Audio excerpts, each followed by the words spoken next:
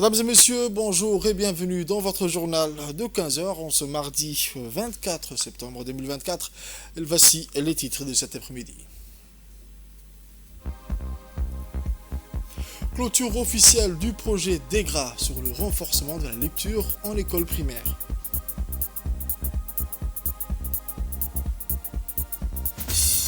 Dans l'actualité internationale, dans le Proche-Orient, Israël poursuit ses bombardements sur le Liban. Les détails dans ce journal de 15 heures.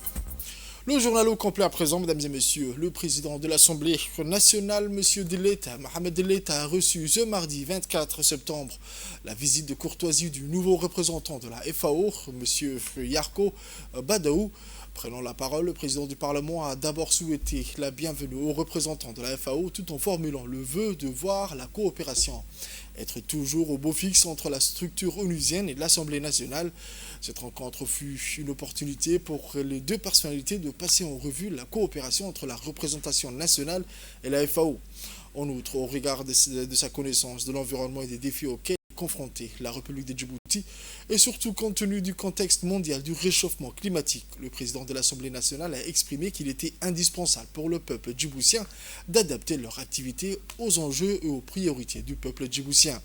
La coopération va se poursuivre selon l'engagement exprimé par le représentant de la FAO en République de Djibouti qui précise que toutes les interventions seront faites selon les priorités définies par le gouvernement djiboutien. L'institution du système des Nations Unies reste entièrement à la disposition de Djibouti pour recevoir des orientations pour toutes les actions à mener dans le domaine de l'agriculture et du développement rural et à la sécurité alimentaire. Dans la même lancée, le président de l'Assemblée nationale, M. Deleta Mohamed Deleta, a souligné pour sa part qu'il serait intéressant d'orienter la population vers des pratiques agricoles durables afin d'atténuer davantage les pressions engendrées par le changement climatique qui frappe généralement de nombreux groupes vulnérables. Au cours de leur mission en Afrique du Sud, le ministre de la Justice, son Excellence M. Ali Hassan Bahdoun et sa délégation ont été invités par le chargé d'affaires de la Ligue arabe à Pretoria, M. Ahmed Najib Bakal, à un dîner avec les ambassadeurs des pays arabes, accompagné par le président de la Commission nationale des droits de l'homme, M. Ali Soubane Até, de son conseiller technique, M. Mohamed Aden Jama, et de notre député panafricain, honorable Mahmoud Mustafa, qui préside la sous-commission numérique au sein du Parlement africain. Le ministre a été accueilli chaleureusement par M. Ahmed Naji. Ce dernier est d'origine djiboutienne, diplomate chevronné. Il est actif dans la diplomatie multilatérale depuis plus d'une décennie. Cette importante rencontre a été présidée par l'ambassadeur des Émirats arabes unis, son Excellence M. Mahash Saïd El-Hamli, doyen des ambassadeurs en Afrique du Sud. 20 sur les 22 ambassadeurs des pays arabes ont répondu présents à l'invitation de son Excellence M. Ahmed Najib Bakal, chargé d'affaires de la Ligue arabe. En prenant la parole au début du dîner, l'ambassadeur émirati, doyen des ambassadeurs des pays arabes en Afrique du Sud, a souhaité la bienvenue au ministre djiboutien de la Justice et à sa délégation qui l'accompagne. Il a affirmé que cette importante rencontre était une occasion unique de dialoguer avec l'ensemble des ambassadeurs des pays arabes, avec un éminent représentant du gouvernement de la République de Djibouti qui préside l'IGAD actuellement. Lors de ce dîner convivial, les ambassadeurs et le ministre ont échangé autour de plusieurs sujets d'actualité nationale et internationale, et plus particulièrement de la candidature de notre ministre des Affaires étrangères, M. Mohamed Ali Youssouf, à la présidence de la Commission de l'Union africaine. Les ambassadeurs de la Ligue des États arabes ont témoigné leur solidarité en proposant leur service de bon office pour s'assurer des voix de l'Afrique australe, état clé dans ce processus important car tous anglophones. Le ministre de la Justice, M. Ali Hassan Bahdoun, a remercié l'ensemble des chefs de mission diplomatiques des pays arabes en Afrique du Sud. Il a également tenu à remercier particulièrement le doyen des ambassadeurs, son Excellence Mahash Saïd El-Hamli, par rapport à son discours de solidarité quant à la candidature de notre pays à la tête de la Commission de l'Union africaine. En effet, l'ensemble des chefs des missions diplomatiques à Pretoria se sont déclarés mobilisés et disponibles pour la réussite du candidat de Djibouti, le ministre Mahmoud Ali Youssouf, à la présidence de l'Union africaine. Ce soutien revenant des pays frères est historique et démontre la place de notre pays au sein de l'échiquier international grâce à la politique sage et éclairée de notre leader, son Excellence M. Ismaël Marguerite. Joignant les exact à la parole, certains ambassadeurs ont d'ores et déjà contacté leurs amis diplomates dans les différents pays de l'Afrique australe pour préparer le terrain et commencent leur mission de lobbying. L'ambassadrice de la Palestine, son Excellence Madame Hanan Jarar, a aussi pris la parole pour remercier le président de la République et le peuple djiboutien pour son soutien indéfectible à la cause palestinienne et ce depuis notre indépendance en 1977. Elle a aussi affirmé que la victoire de Mohamed Ali Youssouf sera aussi la victoire de la Palestine. En outre, les ambassadeurs de l'Arabie Saoudite et du Koweït, son Excellence Faisal Al-Harbi, a réitéré toute la sympathie de leur pays à l'égard de la République de Djibouti.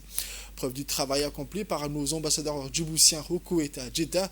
Enfin, le ministre et les ambassadeurs ont pris des photos devant les drapeaux de leurs pays respectifs à la fin de ce dîner fort amical où les discussions étaient cordiales et chaleureuses.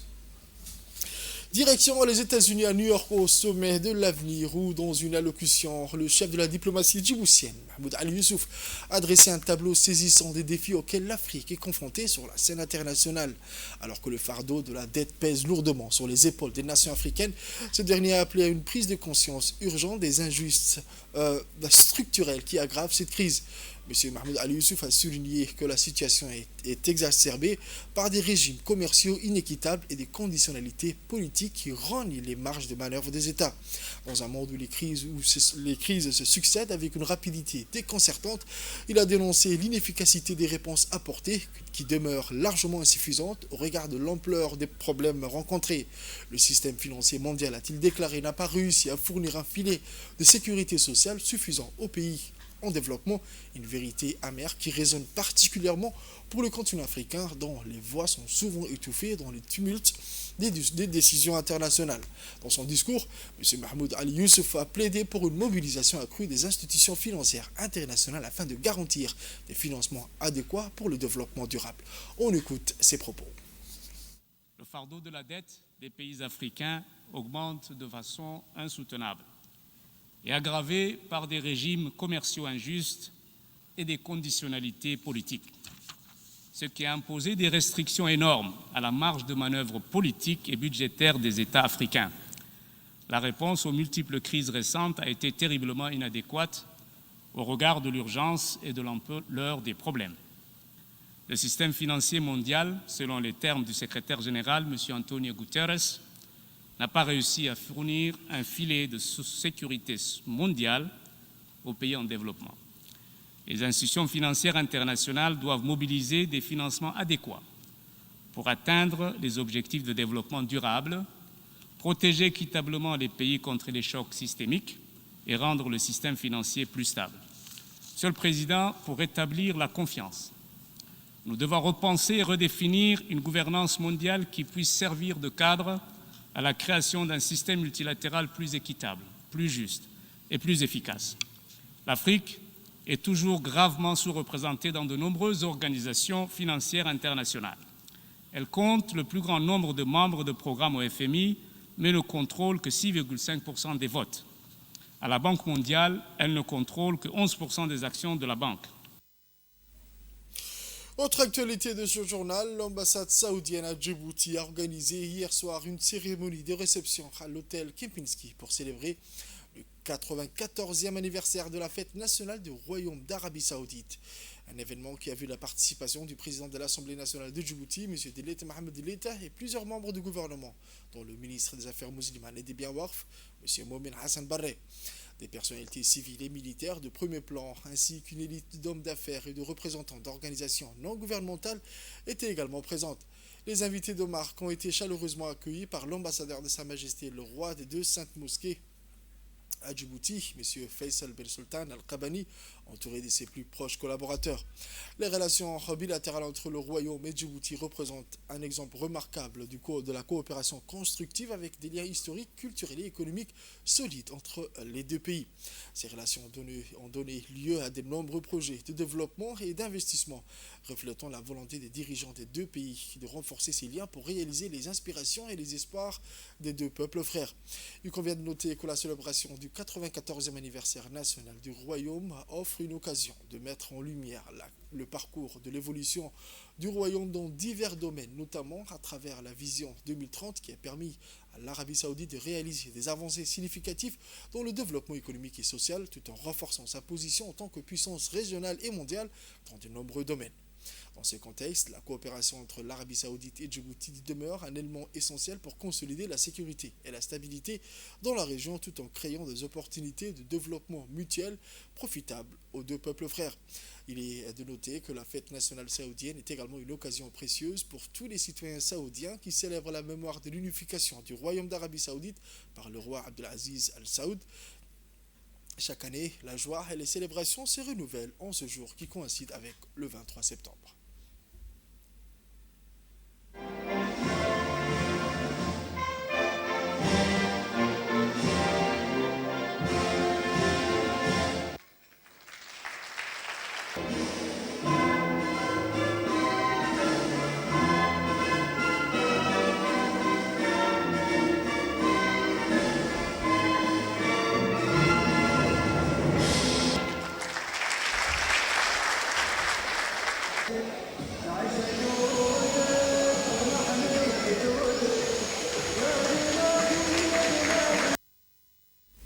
Lors de cette occasion, l'ambassadeur de Sa Majesté, le roi de deux lieux saints, le gardien des deux lieux saints à Djibouti, M. Faisal Ben Sultan El Kabani, a accueilli les invités exprimant la fierté du royaume pour ses relations stratégiques profondes avec Djibouti. Il a indiqué, chaque année l'anniversaire de la fête nationale nous rappelle cet événement historique majeur. Le 19 septembre 1932, un ordre royal a été mis pour proclamer l'unification du pays sous le nom de Royaume d'Arabie Saoudite. C'est le jour où le fondateur, le roi Abdelaziz Ben Abdurrahman, a uni ce grand pays sous la bannière de l'unité. Le royaume est devenu l'une des nations avancées, influençant la sécurité et la stabilité du monde en raison de sa position stratégique, de son poids spirituel et de son importance économique qui lui ont permis de figurer parmi les plus grandes économies du monde ainsi qu'à être membre du G20. De plus, Dieu a honoré le royaume en l'érigeant en gardien des deux saintes mosquées, faisant de lui la Qibla pour les musulmans en consacrant toutes les ressources nécessaires pour prendre soin des lieux saints et offrir confort et sécurité aux pèlerins. Il a tenu également à saisir cette opportunité pour saluer la profondeur des relations historiques et fraternelles entre les deux pays, l'Arabie Saoudite et la République de Djibouti, qui continuent de se distinguer et de prospérer jour après jour dans tous les domaines. Il a également mentionné les efforts remarquables de son Excellence le Président Ismaël Omar Guelleh et de son gouvernement pour leur soutien total aux positions du royaume dans les affaires régionales et internationales. Le ministre djiboutien Moumen Hassan Barre a affirmé l'importance des relations historiques et fraternelles qui unissent Djibouti et le royaume d'Arabie Saoudite, en affirmant les liens solides entre les deux pays, fondés sur une coopération mutuelle dans les domaines religieux, culturels et économiques, à l'occasion du 94e anniversaire national saoudien. À cette occasion, il a présenté au nom du gouvernement ses plus sincères félicitations et vœux de réussite au royaume d'Arabie Saoudite, à sa direction et à son peuple, souhaitant davantage d'accomplissements et de prospérité sous la sage direction de Sa Majesté le roi Salman Ben Abdelaziz et de son héritier, le prince Mohammed Ben Salman. Les relations entre Djibouti et l'Arabie Saoudite sont un modèle à suivre en matière de fraternité et de coopération fructueuse à tous les niveaux, soutenu par son Excellence le Président de la République de Djibouti, son Excellence M. Ismaël Omar Guelleh et le roi des deux lieux saints. Nous sommes fiers, a-t-il dit, des liens solides qui unissent nos deux pays, basés sur le respect mutuel et les intérêts communs. L'Arabie Saoudite a toujours été un partenaire actif et un soutien à la paix et à la stabilité dans notre région. Les relations historiques entre nos deux pays frères sont solides et nous avons une coopération étroite dans divers domaines économiques, politiques et culturels. Nous avons à Djibouti, le ministre a-t-il ajouté, en tant que gouvernement et peuple, sommes fiers de ce partenariat et aspirons à davantage de coopération et de travail commun à l'avenir. À cette occasion mémorable, le ministre a tenu à réaffirmer l'engagement ferme de Djibouti à renforcer et à consolider ce partenariat distingué, ainsi qu'à travailler ensemble pour réaliser au plus grand bien-être et développement pour nos deux peuples et pour toute la région. Actualité mentionnée dans les titres, hier le 23 septembre 2024, s'est tenue au Sheraton Hotel la cérémonie de clôture du projet de renforcement de la lecture dans l'enseignement de base communément appelé en anglais la DEGRA. Cet événement organisé par le ministère de l'Éducation nationale et de la formation professionnelle En collaboration avec l'USAID et l'organisation internationale FHI 360 a marqué l'achèvement d'une initiative clé pour l'éducation à Djibouti. Présidé par M. Mohamed Abdallah Mayoub, secrétaire général du MENFOB, en présence du chargé d'affaires de l'ambassade des États-Unis. La cérémonie a réuni de hauts responsables du MENFOB, des représentants de l'USAID, des membres du corps enseignant ainsi que des représentants des associations des parents-élèves, mais aussi des comités de gestion des écoles. Ce projet DEGRA, mené de 2019 à 2024, a fortement amélioré les compétences en lecture des élèves du primaire, de première année à cinquième. Plus de 1000 enseignants ont été formés à l'enseignement de la lecture, 55 associations de parents et enseignants ont vu leurs capacités renforcées et plus de 200 000 livres pédagogiques ont été édités conformément à la réforme éducative djiboutienne et au nouveau programme inspiré du système français. Le projet a également mis l'accent sur la sensibilisation des communautés en renforçant les capacités des organisations de la société civile avec des programmes visant à promouvoir la lecture grâce à un engagement communautaire accru.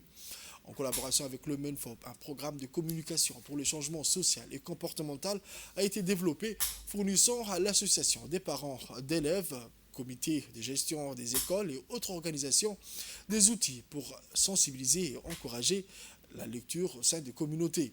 Le projet DEGRA a également renforcé les politiques éducatives en optimisant le suivi et l'évaluation des apprentissages, des formations sur l'utilisation de tableaux de bord, tablettes pour la collecte de données, et des bases de données ont été dispensées, rendant les acteurs du système éducatif djiboutien plus autonomes en matière d'évaluation des élèves en lecture.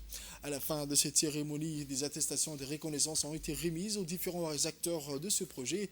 Cette remise de prix a été un moment émouvant, mettant en lumière les contributions précieuses des enseignants, des parents d'élèves et des responsables du MENFOB, mais aussi les partenaires institutionnels ainsi que leur engagement envers l'amélioration de la lecture dans l'éducation de base. Il est l'heure de l'appel à la prière de Salat al-Asr. On se retrouve dans un instant. Le chargé d'affaires de l'ambassade des États-Unis, Mr. Christopher Snipes, a souligné que 55 000 enfants des écoles primaires ont bénéficié de ce projet grâce à la collaboration étroite entre les États-Unis et le ministère de l'Éducation nationale et de la formation professionnelle de Djibouti.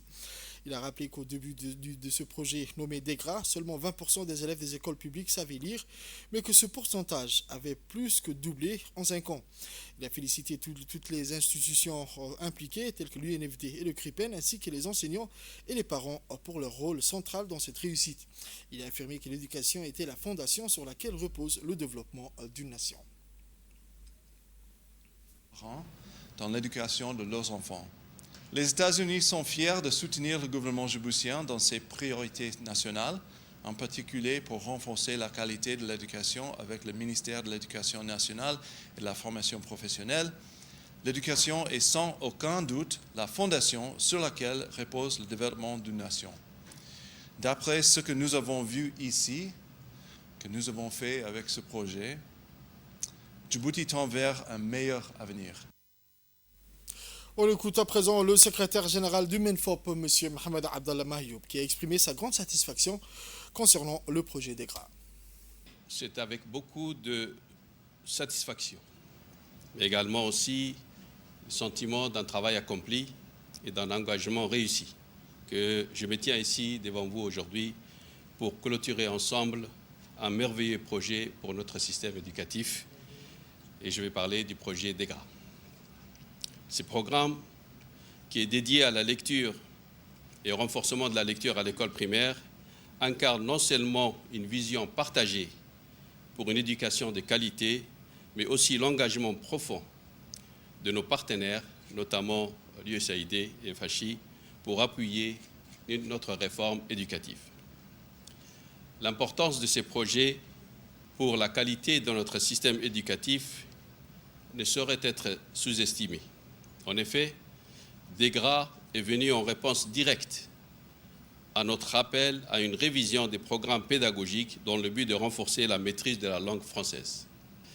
Ce projet, donc, est un investissement pour l'avenir, comme disait le chargé d'affaires, et l'avenir est bel et bien engagé dans une très très bonne direction grâce à ces projets et aux efforts de toutes et de tous ici présents. Un investissement qui nous permet de former des générations de jeunes capables de relever les défis de demain, de jeunes qui porteront fièrement les aspirations de notre nation. Cependant, bien que nous célébrons aujourd'hui la clôture officielle des DEGRA, la recherche de la qualité est une quête perpétuelle dans un système qui est toujours en évolution constante. Notre souhait est donc de poursuivre dans cette dynamique. Nous avons fait d'énormes progrès, mais il reste encore beaucoup à faire. Beaucoup à faire pour assurer la pérennité des résultats acquis. Un approfondissement donc de ces partenariats serait très bénéfique pour garantir les avancées réalisées et ancrer davantage ces progrès pour les générations futures. Nous allons écouter à présent quelques réactions recueillies auprès des participants. Je parle un peu de la cérémonie d'aujourd'hui. Ça concernait cette cérémonie de clôture du projet DEGRA FHI, financé par l'USAID et mise en œuvre par FHI avec la collaboration du ministère du MENFOP. Donc ce projet qui a duré 5 ans a concerné surtout 3 composantes.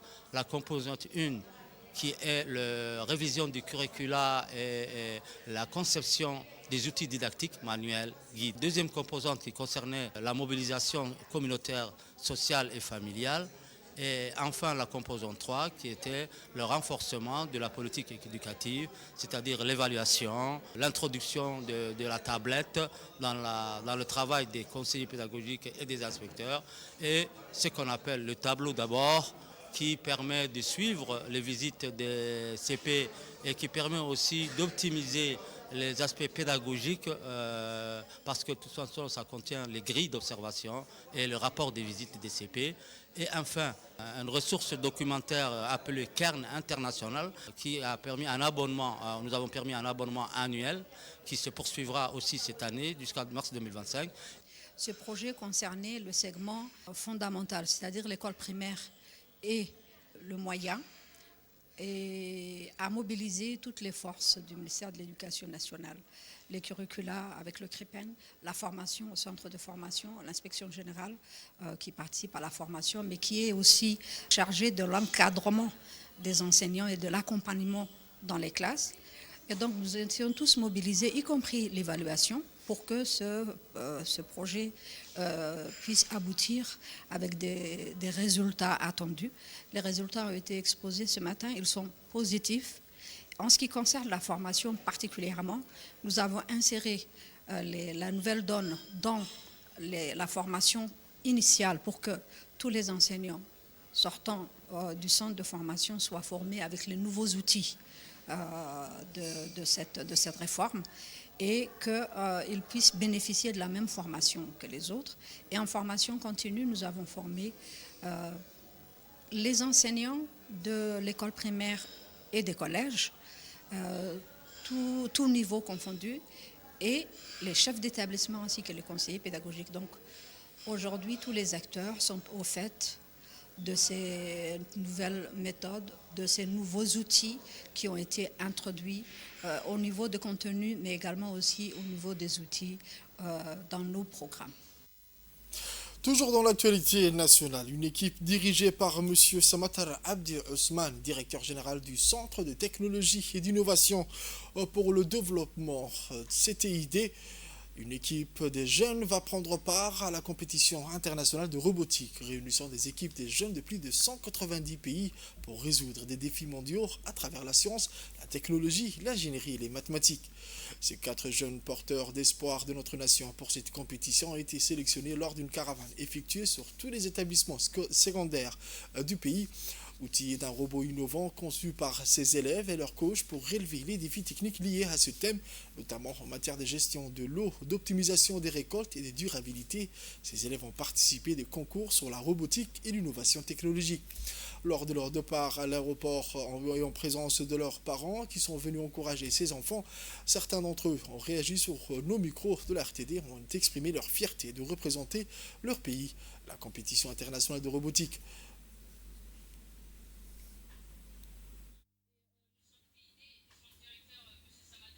Et notre formateur, M. Emmanuel. Et et à ma famille, à ma sœur et les profs et mes camarades de classe aussi. Et je remercie encore une fois le directeur de nous avoir donné l'honneur de nous programmer pendant 11 mois. Aujourd'hui, je participe au First Global 2024 qui aura lieu en Athènes et notre objet de notre visite est participer à la compétition internationale de robotique qui aura lieu au 26 au 29. Nous sommes issus d'une formation qui s'appelle Code for You. Le First Global qui est une compétition de robotique et il faut rassembler l'eau et l'énergie pour créer une alimentation durable au futur. Je remercie le CTID de nous avoir formés, de nous avoir laissé participer au First Global, c'est qu'il y a une chance immense pour nous les jeunes. Et aussi je remercie le directeur général, M. Samatar, de nous avoir donné cette chance et aussi notre formateur qui nous a formés pendant 11 mois, M. Emmanuel Sambiani. Voici les dires de M. Samatar Abdi Ousmane, directeur général de la CTID. Voici ses propos. Au départ de la team Djibouti Robotique, qui a la chance et l'honneur de représenter la République de Djibouti cette année à Athènes, en Grèce. Pour la 6e fois consécutive, Djibouti a l'honneur de participer à cette grande compétition que l'on connaît sous le nom de First Global Challenge, qui est communément, on va dire, la compétition de type olympique sur la robotique, la technologie, en tout cas ce qu'on appelle les STEAM, sciences, technologies, ingénierie et mathématiques, qui chaque année accueille plus de 190 pays, donc des jeunes qui vont de 12 à 18 ans. Cette année, l'équipe Djibouti est composée de 4 jeunes, on va dire mixtes, 50% femmes, 50% hommes, âgés de 14 à 18 ans. Le thème cette année, c'est Feeding the Future, c'est-à-dire travailler pour nourrir la planète pour l'avenir en utilisant les bienfaits de la technologie et de la robotique en particulier. C'est un honneur et un plaisir en tant que CTID de mener cette équipe. Et l'avantage aussi par rapport aux années précédentes, nous avons le plaisir, l'honneur d'avoir initié ce qu'on appelle la Skills Academy. C'est un honneur et un plaisir en tant que CTID de mener cette équipe. Et l'avantage aussi par rapport aux années précédentes, nous avons le plaisir, l'honneur d'avoir initié ce qu'on appelle la Skills Academy, qui est, si vous voulez, la fabrique des talents, qui est à l'origine de la formation faite spécialement et qui a conçu le robot que vous voyez ici juste à nos pieds et qui va représenter fièrement nos couleurs djiboutiennes. Et nous saluons et remercierons jamais assez ceux qui nous accompagnent et qui nous ont accompagnés, notamment le ministère de l'Éducation nationale et de la formation professionnelle, le ministère de la Communication, entre autres, et tous nos partenaires ici et là, pour faire en sorte que notre équipe puisse représenter fièrement nos couleurs. Donc on n'a qu'à nous souhaiter bonne chance et on se dit à très vite. Salam alaikum wa rahmatullahi wa barakatuh. Direction la région de l'Unité où hier, lundi 23 septembre, Mme Fatih Alouane, directrice de la santé et du développement social de l'UGAD, s'est rendue à Dikil pour présider la cérémonie d'ouverture de la réunion transfrontalière intra- et interpays entre l'Éthiopie et Djibouti à Dikil. Accueilli en grande pompe par le préfet de la région des Dikil, M. Hassan Abdi Roble. Peu après leur arrivée, la réunion transfrontalière intra- et interpays entre l'Éthiopie et Djibouti s'est ouverte, organisée par l'IGAD en partenariat avec le Global Fund. Cette rencontre vise à évaluer les progrès réalisés dans la mise en œuvre du plan d'action issu de la santé pour lancer les réunions entre les experts des ministères de la Santé des deux pays autour du thème central de la coopération et de la coopération des systèmes de santé dans les zones transfrontalières marginales pour lutter de manière effective contre la tuberculose et la malaria. Au-delà des déficits des couvertures en matière de santé le long de ces zones transfrontalières, les autorités nationales au sommet de l'État membre ont doté l'IGAD du privilège de pouvoir, de par son mandat régional, intervenir directement dans les zones transfrontalières afin d'élargir et renforcer les interventions de systèmes de santé nationaux dans ces zones. La directrice de la division de la santé et du développement social de l'IGAD, Mme Fatih Alouane, le préfet adjoint de Dikil, M. Youssouf, ainsi que la représentante du ministère de la Santé éthiopien, Mme Tilay Goudina, ont parrainé la cérémonie d'ouverture de la réunion transfrontalière intra- et interpays entre l'Éthiopie et Djibouti. Tuberculés qui vient ici et on les donne aussi. En fait, un patient qui est de Dikil par l'autre côté de l'Éthiopie et parce que les gens sont liés dans la famille. Ça, c'est une réalité que nous vivons tous les jours. Et c'est aussi important s'il y a une épidémie qui se déclare d'une part ou d'autre de la frontière, qu'on s'informe très rapidement et pour stopper de telles maladies endémiques. Je vous souhaite la bienvenue et j'espère que cette réunion sera bénéfique pour nos deux pays. Le préfet adjoint de Dikil, M. Youssouf Ali Iyak, a accueilli les participants et enfin souhaité le plein succès aux travaux de cette réunion transfrontalière. Madame la directrice sociale, Madame responsable de la délégation éthiopienne, le technicien de la santé éthiopienne et djiboutienne de la sous-région, soyez les bienvenus dans notre région pour participer à la réunion de la collaboration transfrontalière et la diffusion de résultats et l'état de préparation des services de lutte contre le VIH, la tuberculose et le paludisme dans les zones transfrontalières des deux pays. À cet effet, j'espère que votre réunion et vos discussions aboutiront à des résultats positifs pour lutter contre ces trois maladies qui posent de vrais problèmes de santé à nos concitoyens de la sous-région. En fin de compte, je vais conclure donc en vous souhaitant à ce que vous tirez les meilleurs profits lors de cette réunion. Et là, je déclare la réunion ouverte.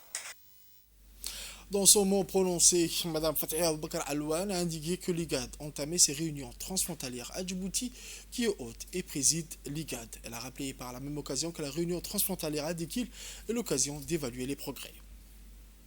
Bienvenue et en fait, ça me fait plaisir ici de représenter le secrétaire exécutif de l'IGAD pour cette réunion entre les deux experts, les pays de l'Éthiopie et Djibouti, surtout du ministère de la Santé, pour discuter en fait de la coopération régionale de nos deux pays. Comme vous le savez, en fait, l'IGAD, c'est votre organisation intergouvernementale, mais aussi régionale. Et surtout dans le domaine de santé, notre mandat surtout est de travailler dans les zones transfrontalières et surtout en fait de fournir le soin de base pour les populations réfugiées, pour les populations hautes, pour les populations nomades, mais surtout les populations qui sont autour des zones transfrontalières. Donc en fait, je remercie beaucoup les experts de la région de Dikil et les environs et surtout aussi le préfet adjoint. Merci beaucoup donc moi, je vous souhaite une réunion très fructueuse pour les 2 prochains jours. Merci beaucoup. Dans l'actualité internationale, dans les camps de Dar el-Balah à Gaza, des milliers de Palestiniens déplacés attendent chaque jour avec espoir la distribution des nourritures et d'eau. Ces produits essentiels à leur survie proviennent majoritairement de l'aide humanitaire acheminée au cours des derniers mois. Cependant, la situation devient de plus en plus tendue. Les familles épuisées doivent patienter durant de longues heures dans l'interminable file d'attente.